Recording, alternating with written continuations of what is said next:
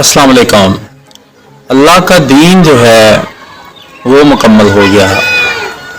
रसूल करीम ने ऐलान कर दिया कि आज दीन मुकम्मल हो गया। कब हुआ? गद्दीर पे हुआ। सरकार दो आलम की शरीयत जो है वो मुकम्मल हो गई। नमाज का तरीका बता दिया, हज का, ज़कात का, तौहीद का, रिसालत का, लोगों को गुनाह के बारे में, लोगों को सवाब के बारे में बता दिया। अल्लाह के रसूल ने ज़िंदगी के हर हिस्से के बारे में लोगों को आगाही दे दी और एक मुकम्मल निज़ाम हयात जो है वो इंसान को 23 साल में मुकम्मल करके दे दिया। और अल्लाह के रसूल ने अल्लाह ताला का पैगाम जो है पूरी कायनात में फैला दिया कि अल्लाह एक है, इसके अलावा कोई इबादत के लायक नहीं है और मैं मोहम्मद अल्लाह का रसूल हूँ।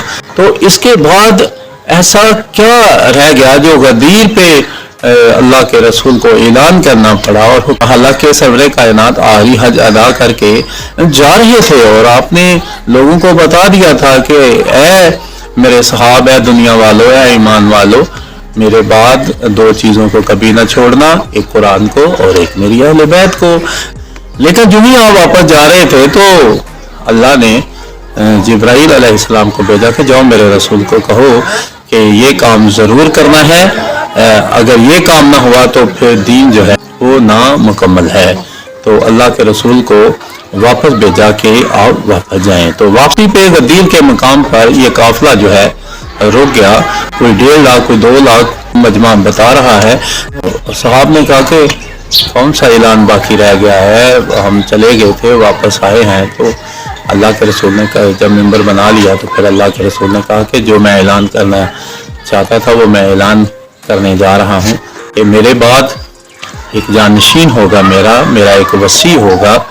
और जैसे मैं आपका मौला हूँ, जैसे मैं आपका सरदार हूँ, ऐसे वो भी आपका सरदार होगा। जैसे मैं आपका आका हूँ वैसे वो ही आपका आका होगा।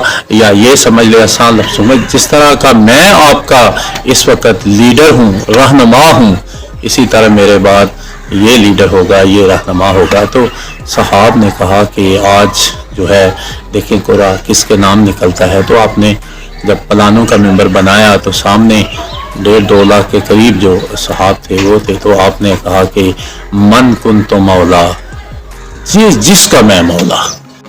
आपने मौला कायनात का बाजू पकड़ा और बुलंद कर दिया और कहा कि जिसका मैं मौला उसका अली मौला। तो सहाब ने फिर मौला कायनात को मुबारक दी कि अली तुझे मुबारक हो, अब तू हमारा मौला है, अब तू हमारा लीडर है, अब तू हमारा रहबर है, अब तू नबी का जानशीन है। तो अल्लाह के रसूल ने ये पूरी कायनात को पैगाम दिया है कि मैं जिसका सरदार मैं हूँ। हमारा नबी तो हर जी रूह का सरदार है। हमारा नबी जो है वो हर अर्श और फर्श पे रहने वाली मखलूक का मौला है।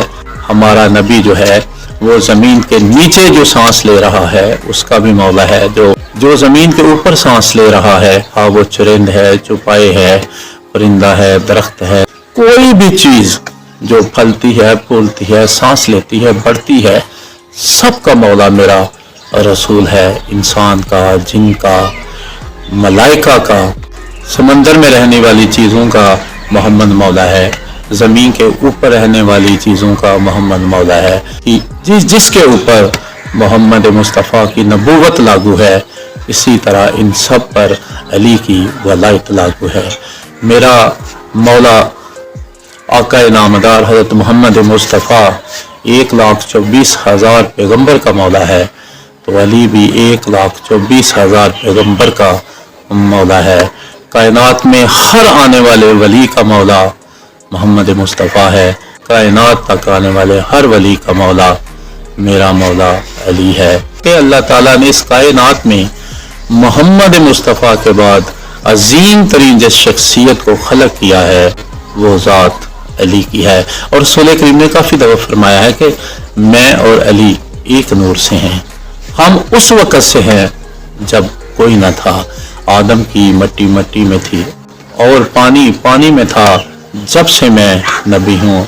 और मौला कायनात भी फरमाते हैं कि आदम ने जिस मिट्टी से बनना था मैंने उसको अपने हाथों से 40 दिन तक खमीर किया। और फिर किसी ने पूछा कि मौला आप 40 दिन से पहले, तो आपने फरमाया नहीं, मैंने 40 दिन तक इसलिए आदम की मिट्टी को गूंदा ताकि आदम जो है मुझ अली से बात करने के काबिल हो सके।